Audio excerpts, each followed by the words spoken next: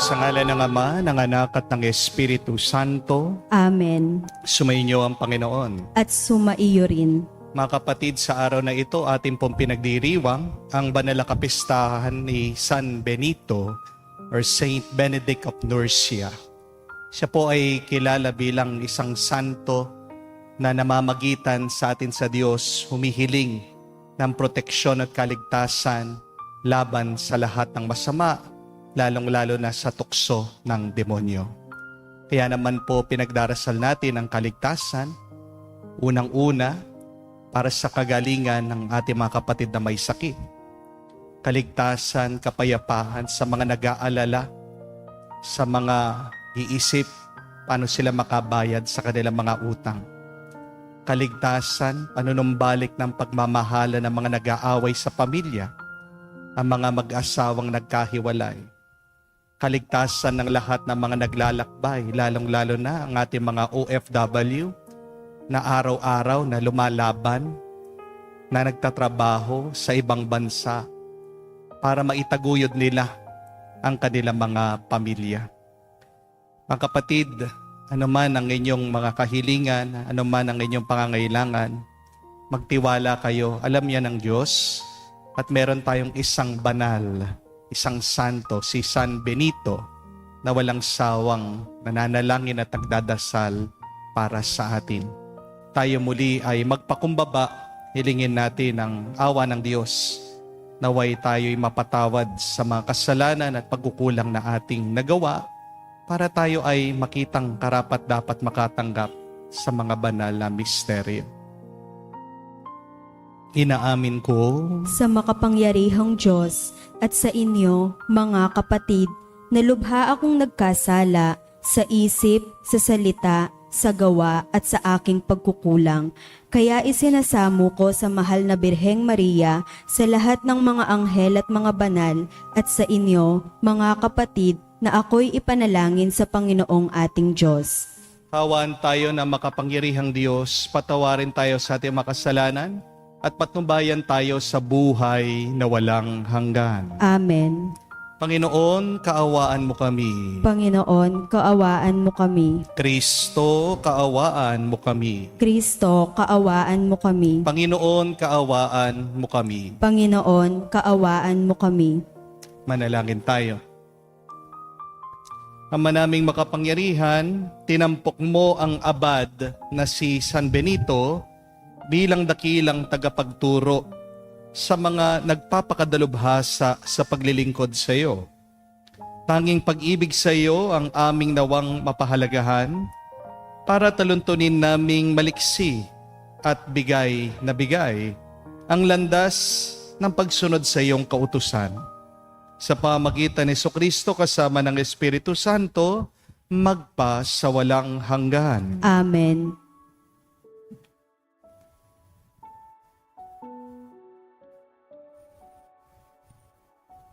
Pagbasa mula sa aklat ng Henesis. Noong mga araw na iyon, lumakad si Israel, dala ang kanyang ari-arian. Pagdating sa Berseba, naghandog siya sa Diyos ng kanyang amang si Isaac. Pagsapit ng gabi, tinawag siya ng Diyos sa isang pangitain, "Jacob, Jacob." "Nakikinig po ako," tugon niya. "Ako ang Diyos ng iyong ama," wika sa kanya. "Huwag kang matakot na pumunta sa Ehipto. Doon ang lahi mo'y magiging isang malaking bansa. Sasamahan ko kayo roon at ibabalik na muli rito. Nasa piling mo si Jose pag ikaw ay namatay. Mula sa Berseba, naglakbay si Jacob, siya at ang kanyang mga apo at mga manugang ay sinakay ng kanyang mga anak sa mga karitong ipinadala ng Paraon. Dinala rin nila sa Ehipto ang mga hayop at ari-arian nila sa Kanaan. Kasama nga niya ang kanyang mga anak, mga manugang at mga apo. At si Juda ay sinugo ni Israel kay Jose upang siya ay salubungin. Dali-daling ipinahanda ni Jose ang sasakyan niya at sinalubong ang kanyang ama sa Gosen. Nang sila'y magkita, agad niyang niyakap ang kanyang ama at napaiyak siya sa tuwa. Sinabi naman ni Israel, "Ngayoy handa na akong mamatay pagkat nakita na kitang buhay." Ang salita ng Diyos. Salamat sa Diyos. Nasa Diyos ang kaligtasan ng mga matuwid at banal. Nasa Diyos ang kaligtasan ng mga matuwid at banal. Umasa ka sa Diyos ang mabuti gawin at mananahan kang ligtas sa lupain. Sa Diyos mo hanapin ang kaligayahan at ang pangarap mo'y iyong makakamtan. Nasa Diyos ang kaligtasan ng mga matuwid at banal. Iingatan ng Diyos yaong masunurin. Ang lupang minanay di nababawiin. Kahit na sumapit ang pag-iikahos, di mararanasan nila ang magdahok. Nasa Diyos ang kaligtasan ng mga matuwid at banal. Ang mabuti gawin masamay itakwil, at mananahan kang lagi sa lupain. Pagkat yawong bayang wasto ang gawain, ay mahal na poon hindi itatakwil.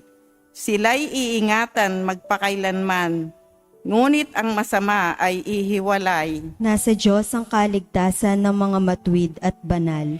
Ililigtas ng Diyos ang mga matuwid. Iingatan sila pag naliligalig. Ililigtas sila't kanyang tutulungan.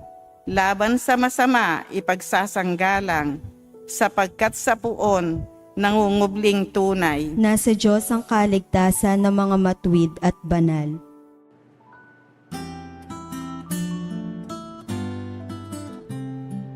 Alleluia, alleluia, alleluia, alleluia, alleluia, alleluia, alleluia, alleluia, alleluia, alleluia, alleluia, alleluia. Pagdating ng Espiritu, itataguyod niya kayo sa tanang itinuro ko. Aleluya, aleluya. Sumainyo ang Panginoon. At sumaiyo rin. Ang mabuting balita ng Panginoon ayon kay San Mateo. Papuri sa iyo, Panginoon. Nung panong yun, sinabi ni Jesus sa kanyang mga apostol, "Ngayon sinugo ko na kayo na parang mga tupa sa gitna ng mga asong gubat. Maging matalino kayo gaya ng mga ahas at matapat gaya ng mga kalapati. Mag-ingat kayo sapagkat may mga taong magkakanulo sa inyo sa mga hukuman at hahagupitin nila kayo sa mga sinagoga. Dahil sa akin ihaharap kayo sa mga gobernador at mga hari at magpapatotoo kayo sa harapan nila at ng mga hentil. Kapag nililitis na kayo, huwag kayong mabalisa tungkol sa sasabihin ninyo o kung paano ninyo sasabihin. Pagdating ng oras, ito'y ipagkakaloob sa inyo. Sapagkat hindi kayo ang magsasalita, kundi ang Espiritu ng inyong Ama ang magsasalita sa pamamagitan ninyo. Ipagkakanulo ng kapatid ang kanyang kapatid upang ipapatay. Gayon din ang gagawin ng ama sa kanyang anak. Lalabanan ng mga anak ang kanilang mga magulang at ipapapatay. Kapopootan kayo ng lahat dahil sa akin. Ngunit ang mananatiling tapat hanggang wakas, ang siyang maliligtas. Kapag inuusig nila kayo sa isang bayan, tumakas kayo sa kasunod. Sinasabi ko sa inyo, hindi pa ninyo mapupuntahan ang lahat ng bayan ng Israel, ay darating na ang Anak ng Tao. Mga kapatid, ang mabuting balita ng ating Panginoon. Pinupuri ka namin, Panginoong Hesukristo. Magandang araw po muli sa inyong lahat. Magandang araw din po. Bakit po kaya si San Benito, ang santong tinatawag natin, kapag minsan meron tayong problema, kapag tayo ay nasa panganib, kapag tayo ay dumadaan sa pagsubok? Bakit din po nauso yung mga tinatawag nating Benedictine medals na madalas ginagamit nating panlaban sa mga masasamang espiritu? Sa mga hindi po kasi nakakaalam sa inyo, nung binata po kasi at nabubuhay pa si San Benito, habang siya daw po ay nag-aaral sa Roma noon, nalungkot po siya dahil nakita niya ang korupsyon, ang imoralidad na nangyayari sa loob ng simbahan. Kaya siya po ay nagpasya, umalis siya, tumira sa bundok, at siya po ay naging isang hermetanyo. Pero hindi po nagtago si San Benito. Saint Benedict did not isolate himself to escape the world, but he went to the mountain to seek God. So that when he returns again to the city, to the world, he could change it. He could transform it. Kaya lumayo muna siya sa korupsyon para magpakatatag pa siya, magpakabuti pa siya, magpakabanal pa siya. Kasi kung mananatili siya sa korupsyon ng mundo, makahawa siya sa kasamaan nito. Alam po natin yan. Kapag nilapit mo ang isang mahusay na kamatis sa mga bulok na kamatis, mabubulok din yung mahusay na kamatis. Di po ba? Yan ang ginawa ni San Benito. Lumayo muna siya para hindi rin siya mapasama. At dahil po sa kanyang pagdarasal, sa kanyang pagpapakabanal, sumikat po si San Benito at nakilala siya ng mga tao. Kaya naman po, inanyayahan siya ng mga ilang monghe na nakakilala sa kanya na mamuno, maging leader sa kanilang monasteryo. Pero dahil napaka-stricto po ni San Benito, meron po kasi siyang tinatawag na the rule of Saint Benedict. Ito pong mga ibang monghe, sumakit ang loob nila sa kanya. At gusto po nila siyang alisin, patayin. Ang kwento po, isang araw, itong mga monghe na may ayaw sa kanya, itong mga monghe na galit sa kanya, naglagay daw sila ng lason doon sa kanyang alak. Pero bago inumin nitong santo, itong alak, kinurusan niya itong kanyang baso. Bago pa man niya po mainom itong alak, nabasag yung baso. Kaya naging ligtas po itong santo.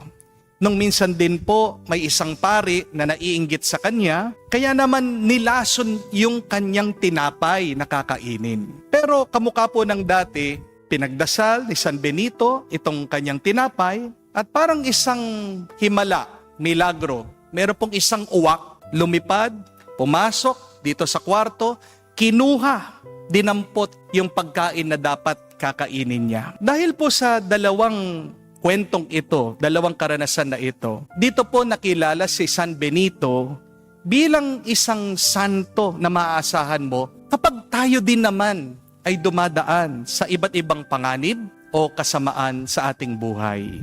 At ito din po ang dahilan bakit meron tayong mga ginagawang Saint Benedict medals. Nagiging napakalakas silang tanda para sa ating spiritual na proteksyon. Mainam po at mabuti na magpatulong tayo kay San Benito kung meron bumabagabag sa ating isip, kung may gumugulo sa ating puso, kung meron tayong inaalala, o kung meron po tayong sakit na pinagdadaanan. Pero higit pa rito, sana ipaalala po ng buhay ni San Benito sa atin ang halaga ng pagpapakabuti at pagpapakabanal. Dahil kung matuwid ka, kung mabuti ka, kung banal ka, walang masamang mangyayari sa iyo. Oo, may pagsubok, pero hindi ka hahayaan ng Diyos na masawi. Tandaan niyo po yan. At kung babasahin niyo po ang Biblia, palagi pong pinapaalala yan ng Diyos sa atin. If you read the book of Proverbs, it says that the righteous man is rescued from trouble. And whoever trusts in the Lord will protect them.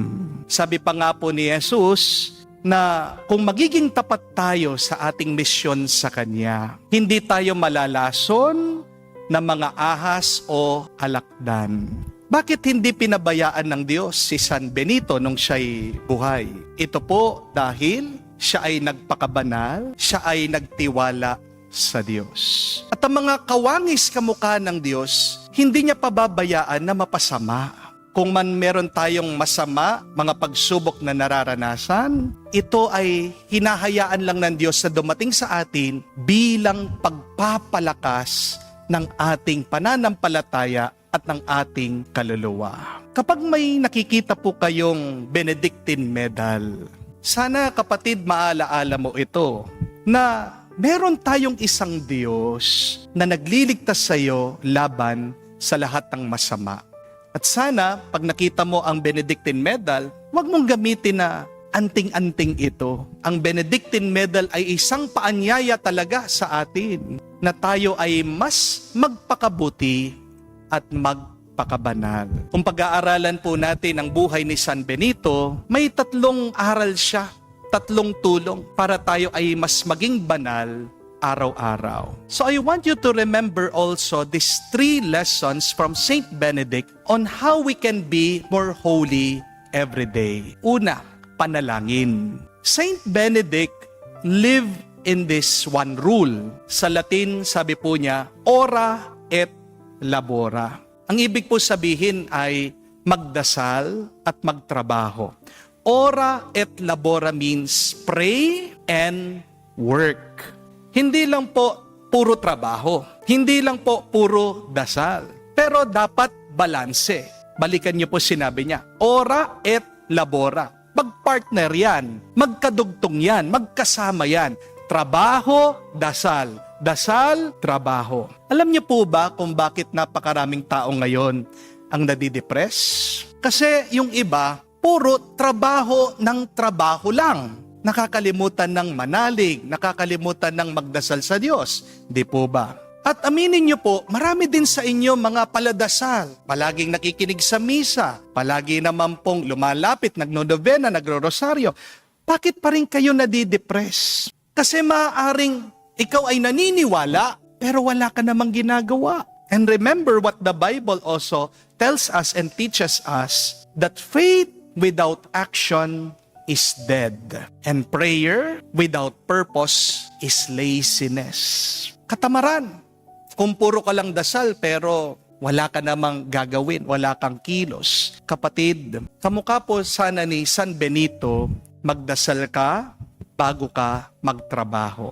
Magdasal ka habang ikaw ay nagtatrabaho. At manalangin ka pagkatapos mong magtrabaho. Hindi lang po dapat kasama ng schedule natin ang pagdarasal. Dapat kasama yan ng buong buhay natin. I always say this, prayer should be our lifestyle. And Saint Benedict reminds us that when we labor and pray at the same time, our hearts are lifted to God. At tandaan nyo din po, unawain nyo, walang ibang pinakamahalaga para sa Diyos kung hindi ang ating puso. Dahil sa puso mo, dyan mananahan, dyan mananatili ang Diyos. At kapag nandyan ang Diyos, pinagpala ka.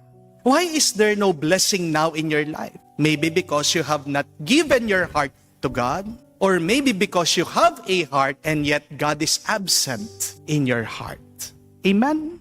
Mga kapatid, isang paalaala lang po ito. Lalong-lalo na sa mga addicted na sa inyo, sa gadget, sa social media, sa computer. Bago ka mag-Facebook, sana mag-face the Lord ka muna. Puro tayo Facebook. Pero ang tanong, do you face God every day? Do you desire a face-to-face with the Lord always? At sa mga nagtatrabaho po sa inyo, paalaala din po, tandaan nyo, bago ka dumiskarte, magdasal ka muna. dasal bago diskarte. Amen? Pangalawa, pagtitimpi. Isa pong sekreto ng isang banal na buhay yan. Saint Benedict lived a life of discipline and self-control. Ang turo nga po ni San Benito, kung gusto mong lumapit sa Diyos, matuto ka sanang tanggihan mo yung mga masama kahit na ito ay masarap. Di po ba, kung ano yung bawal, siya pa yung hinahanap-hanap ng ating laman. Sometimes, the easy things in life are never the holy things.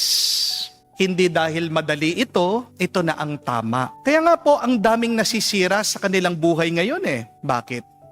Online sugal, instant money. Pero iniisip mo, mabilis, makakuha ka ng pera, doon ka pa nababaon sa utang. Di po ba? Ang dami din po na scam ngayon, naloloko.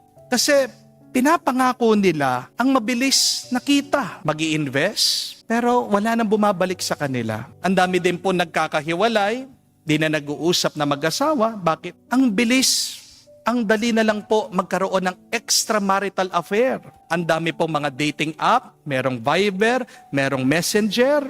Ang dali po na i-text, makipag-usap sa mga kalaguyo. Meron palang other woman sa kanilang buhay. The easy way is not always the right way. Kaya nga po sabi ni Jesus sa atin, ang maluwang na daan ay madalas nagdadala sa atin sa pagkawasak, pagkasira ng ating buhay. The wide and the broad road leads to destruction. Gustong-gusto ko po, narinig ko yung filosofiya ng mga Hapon tungkol po sa kanilang trabaho. Ang sabi po ng mga Hapon, ganito, if you're in a hurry, go and take the long way around. Ganda po, no? Kapag nagmamadali ka, wag mong pipiliin yung mas maiksi, mas madali, yung mas matagal, yung mas malayong daan o pamamaraan, yun yung piliin mo. Ano pong ibig sabihin? Alam po kasi natin, kapag nagmamadali tayo, mas marami tayong pagkakamali. Di po ba? Ang kabanalan po ni San Benito, makikita mo, dun sa kanyang pagtitimpi, pagtitiis, pagpapasensya, kahit na mahirap, pero alam niya ito ang tama. Kapatid, kung marunong ka maghintay at magtiyaga, may naghihintay sa iyong pagpapala. Good things await people who knows how to wait. Ulitin ko po yun. Good things await people who knows how to wait. Pangatlo at kahuli-huli ang aral po para sa pagpapakabanal, paglilingkod. Saint Benedict didn't become holy just for himself, but he formed communities. He taught others to love God. Kapatid, ang kabanalan po ay hindi lang nangyayari sa loob ng simbahan. Pero ang kabanalan, yan ay nahuhubog sa ating pang-araw-araw na pamumuhay. Ang kabanalan hindi lang po nahuhubog o nakakamtan natin sa pagrosaryo, pagdarasal, pagsisimba. Pero ang kabanalan, yan po ay nararanasan natin kung paano natin mabuting pakitunguhan ng ibang tao. Sa mabuti mong pakikipag-usap sa iyong mga anak, sa iyong pagpapatawad sa iyong asawa, sa iyong tapat at masipag na pagtatrabaho, at sa iyong pagpapakumbaba at sa paghingi mo ng tawad sa mga taong nasaktan mo. I want you to understand that holiness is not perfection, but holiness is a reflection of who God is in your life. Hindi po pagiging perpekto ang pagiging banal. Pero alam mo, ikaw ay banal pag sinasalamin mo ang awa, ang kabutihan ng Diyos. Lastly, I want you to remember this. If you want peace in your heart, then seek God. If you want purpose in your life, serve God. And if you want joy in your soul, then stay with God. Gusto mo ng kapayapaan? Hanapin mo ang Diyos. Gusto mo ng kahulugan sa iyong buhay? Paglingkuran mo ang Diyos.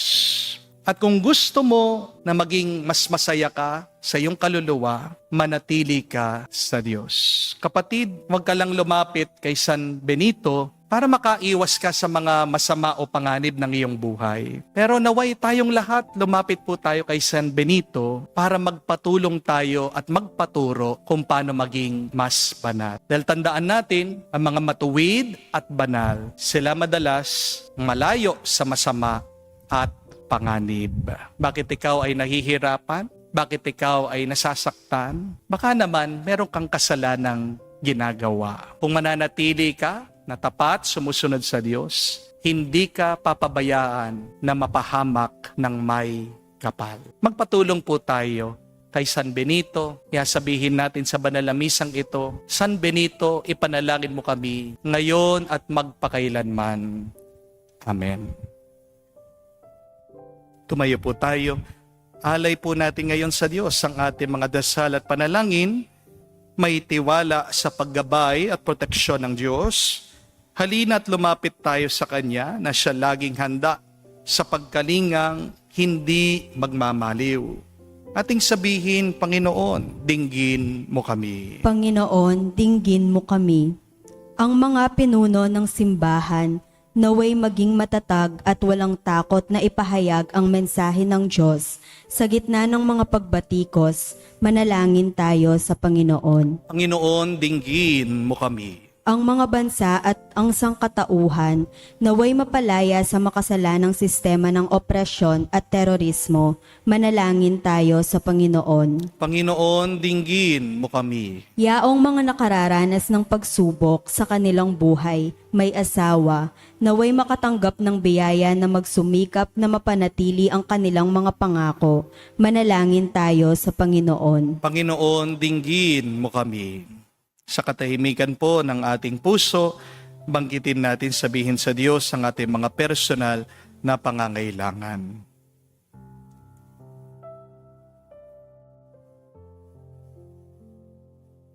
Ama, ikaw ang pinagmumulan ng buhay, lupigin mo ang kadiliman ng kasamaan sa aming mga puso at punuin mo kami ng liwanag ng iyong pagpapala.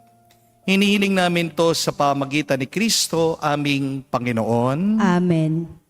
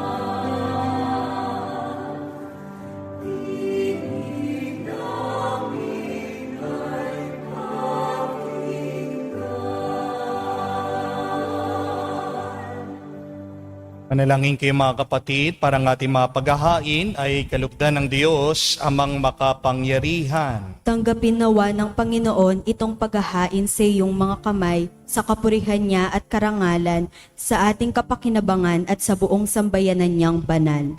Ama naming lumikha, sa paghahain namin ngayon ginugunita si San Benito, tunghayan mo ang aming mga alay at ipagkaloob mo na matularan namin ang kanyang mga halimbawa sa pagdulog sa iyo upang kami pagindapating magkamit ng iyong mga kaloob ng pagkakaisa at pagkakasundo sa paglilingkod namin sa iyo.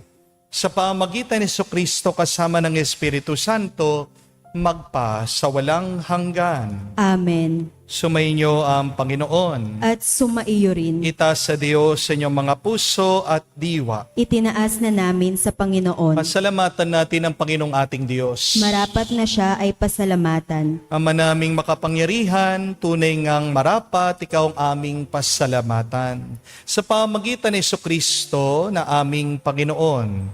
Ngayon, si San Benito ay pinararangalan sa pamumuhay niyang totoong uliran at pagiging maasahan sa panunungkulan. Kaya't si Jesucristo na maaasahan sa katapatan ay inihahayag sa pangangasiwa ng sambayanan. Ang malasakit na mga ulirang tagapangasiwa noon ay nagpapatuloy magpahanggang ngayon sa mga panalangin kanilang iniuukol, kaisa ng sambayanan mong dito nagtitipon. Kaya kaisa na mga anghel na nagsisiawit ng papuri sa iyo nang walang humpay sa kalangitan, kami nagbubunyi sa iyong kadakilaan.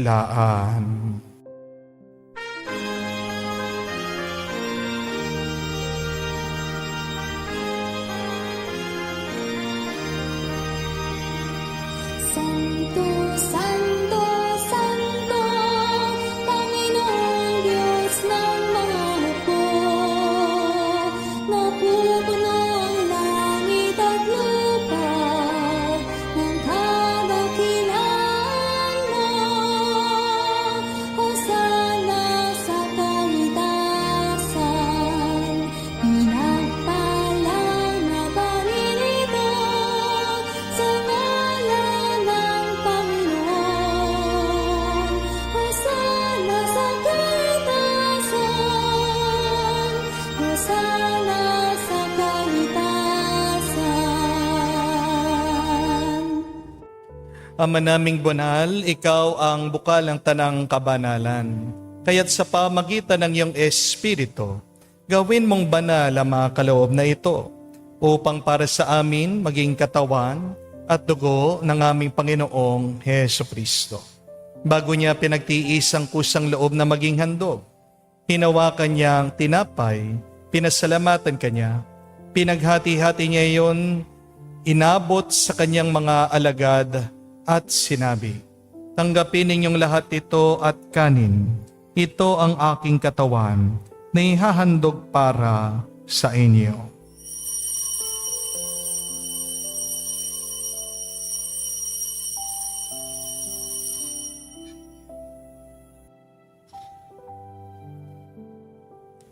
Gayon din naman na matapos ang hapunan, hinawakan niyang kalis. Muli kanyang pinasalamatan, inabot niyang kalis sa kanya malagad at sinabi, "Tanggapin ninyong lahat ito at inumin. Ito ang kalis ng aking dugo. Nang bago at walang hanggan tipan, ang aking dugo na ibubuhos para sa inyo at para sa lahat, sa ipagpapatawad ng mga kasalanan. Gawin ninyo ito sa pag-alaala sa akin."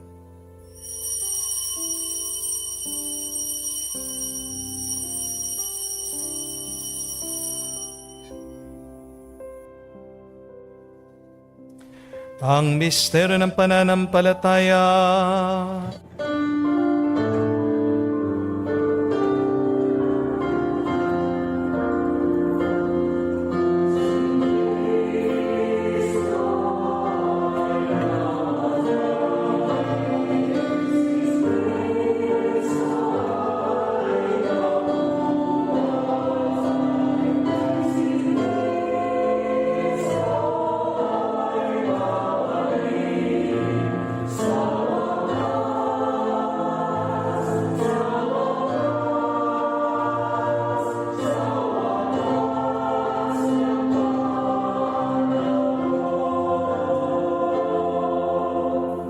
Ama, ginagawa namin ngayon ang pag-alaala sa pagkamatay muling pagkabuhay ng iyong anak. Kaya tinialay namin sa iyong tinapay nagbibigay buhay at ang kalis na nagkakalob ng kaligtasan. Kami nagpapasalamat dahil kami iyong minarapat na tumayo sa harap mo para maglingkod sa iyo. Sinasamo namin kami magsalo-salo sa katawan at dugo ni Kristo ay mabuklod sa pagkakaisa sa pamagitan ng Espiritu Santo. Ama, lingapin mong iyong simbahan laganap sa buong daigdig. Puspusin mo kami sa pag-ibig. Kaisa ni Leon, ang aming Santo Papa, si Florentino, aming Arsobispo ng Tanang Kaparian. Alalahanin mo rin ang aming mga kapatid na nahimlay may pag-asang sila'y muling mabubuhay. Gayon din naman lahat ng mga pumanaw. Kaawaan mo sila't patuloyin sa iyong kaliwanagan. Kaawaan mo at pagindapatin kaming lahat na makasalo sa iyong buhay na walang wakas. Kaisa na mahal na Birhen Maria, Ina ng Diyos. Kaisa ni San Jose, ang kanyang malwalhating esposo. Kaisa na mga apostol, lahat ng mga banal na namuhay dito sa daigdig na kalugod-lugod sa iyo. May pagdiiwang nawa namin ang pagpupuri sa ikararangal mo sa pamagitan ng iyong anak aming Panginoong Heso Kristo. Sa pamamagitan ni Kristo, kasama niya at sa Kanya, ang lahat ng parangal at papuri ay sa iyo, Diyos Ama, makapangyarihan, kasama ng Espiritu Santo, magpasawalang hanggan. Amen, amen, amen. Sa nakagaling na utos sa turo ni Jesus sa Panginoon natin na Diyos, ipahayag natin ang lakas loob.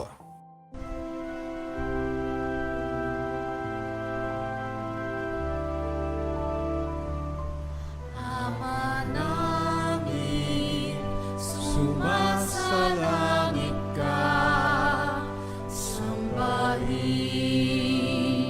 ang ngalan mo, mapasa amin ang kaharian mo, sundin ang loob mo dito sa lupa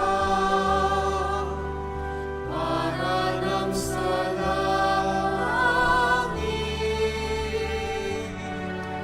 Bigyan mo kami ngayon ng aming kakanin sa araw-araw. At patawarin mo kami sa aming mga sala para ng pagpapatawad namin sa nagkakasala sa amin. At huwag mo kami ipahintulot sa tukso, at iadya mo kami sa lahat ng masama. Hinihiling namin kami adya sa lahat ng masama, pagkalooban ng kapayapaan araw-araw, iligtas sa kasalanan, ilayo sa lahat ng kapahamakan, samantalang aming pinanabikan ang dakilang araw ng pagpapahayag ng tagapagligtas naming si Heso Kristo. Sapagkat iyo ang kaharian at ang kapangyarihan at ang kapurihan magpakailanman. Amen. Panginoong Heso Kristo, sinabi mo sa mga apostol, kapayapaan ang iniwan ko sa inyo, ang aking kapayapaan binibigay ko sa inyo. Tungayan mo ang aming pananampalataya, huwag ang aming pagkakasala. Pagkalooban mo kami ng kapayapaan at pagkakaisa, ayon sa iyong kalooban. Kasama ng Espiritu Santo, magpa sa walang hanggan. Amen. Kapayapaan ng Panginoon ay laging sumainyo. At sumaiyo rin. Magbigayan po tayo ng kapayapaan sa bawat isa. Peace with you po. Kapayapaan po sa inyong lahat.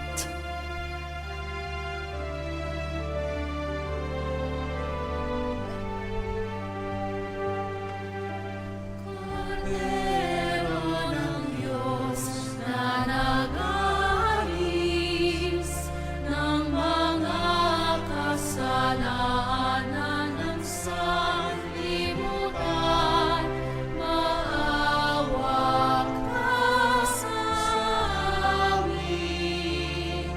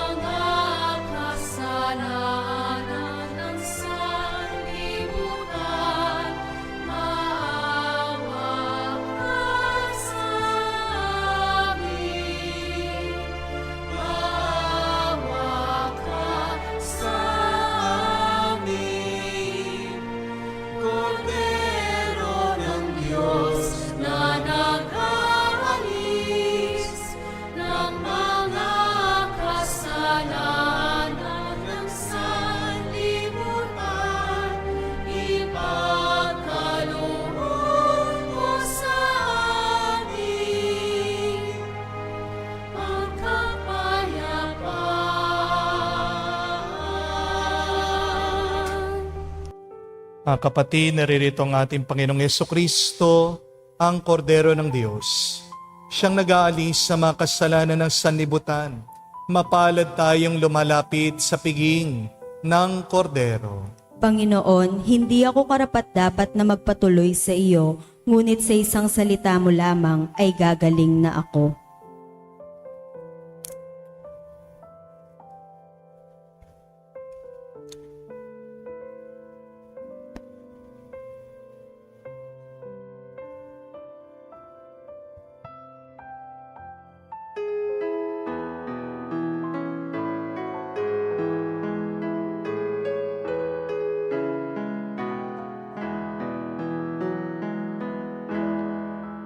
Tinanggap ko ang buhay na Diyos, puso ko ay nakalaya.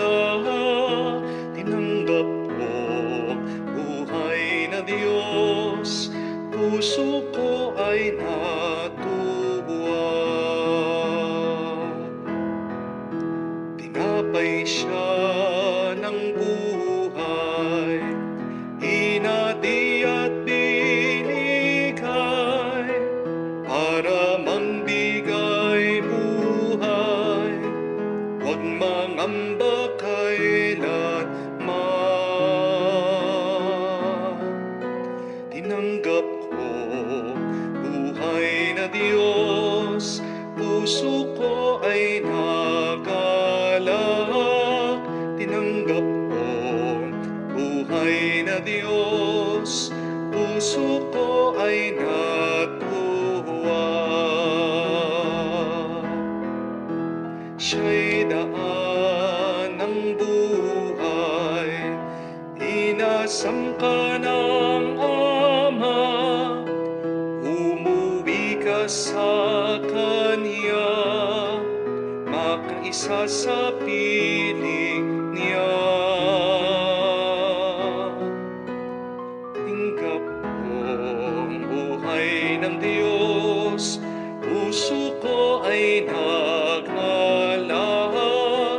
Tinanggap ko ang buhay na Diyos, puso ko ay natuwa. Tumayo po tayo, manalangin tayo. Ama naming mapagmahal, ngayon aming napagsaluhan ang haing nagbibigay buhay. Aming hinihiling na maganap namin ang tinuturo ni San Benito para sa matapat na paglilingkod sa iyong gawain. At sa pagmamahalan sa bawat isa bilang magkakapatid sa pamagitan ni Jesucristo kasama ng Espiritu Santo magpasawalang hanggan. Amen. Tayo po ay nananalangin, nagdarasal, lumalapit kay San Benito, hindi lang para humingi ng tulong laban sa mga panganib o kasamaan ng ating buhay, pero lumalapit tayo sa Kanya para magpaturong maging mas banal. Dahil pag banal ka, matuwid ang iyong pamumuhay, hindi hahayaan ng Diyos na ikaw ay mapasama o mapahamak. Huwag kayong magkakamali na iniisip nyo yung mga masamang tao ay hindi nagkakaroon ng problema.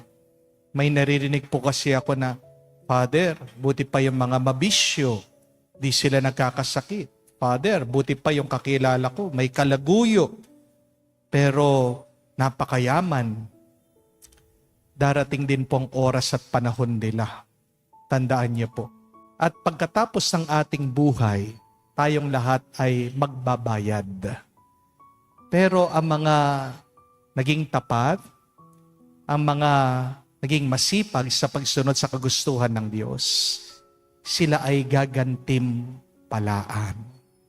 Kaya paano maging mas banal? 3 P. Una, pananalangin. Pangalawa, pagtitimpi. At pangatlo, ang ating paglilingkod. Ang pagiging banal ay hindi pagiging perpekto. Ang pagiging banal ay pagiging salamin kung sino ang Diyos. Kung ikaw ay nagiging salamin ng awa ng pagmamahal ng Diyos, nagiging mas banal ka. Kaya, yan po ang ating ipagdasal. Araw-araw, mas sikapin natin maging mas banal. Yan ang top priority natin. Pangalawa na lang ang pagiging mayaman. Pangalawa na lang, maging maayos ang ating bahay. Wala pong kahulugan ang buhay natin. Kung napakaganda ng bahay natin, may kotse ka, maraming laman ang iyong bank account at pitaka, pero kung wala namang laman ang iyong puso o ang laman ng iyong kalooban ay kasamaan, lahat ng yan ay mauubos at mawawala. Ang mga tunay na pinagpapala ng Diyos ay yung mga tapat na naglilingkod sa Kanya at sumusunod sa Kanyang kagustuhan. Yan ang ating ipagdasal kay San Benito ngayong araw. Naway kayong lahat ay mabigyan ng kaligtasan at proteksyon sa kasamaan at tulungan kayo ni San Benito na maging mas malapit sa Diyos. Ang pinagmumulan ng ating grasya at ng pagpapala. Sumainyo ang Panginoon. At sumaiyo rin. At kayo'y basbasan ng Diyos, makapangyarihan sa lahat, sa ngalan ng Ama, ng Anak, ng Espiritu Santo. Amen.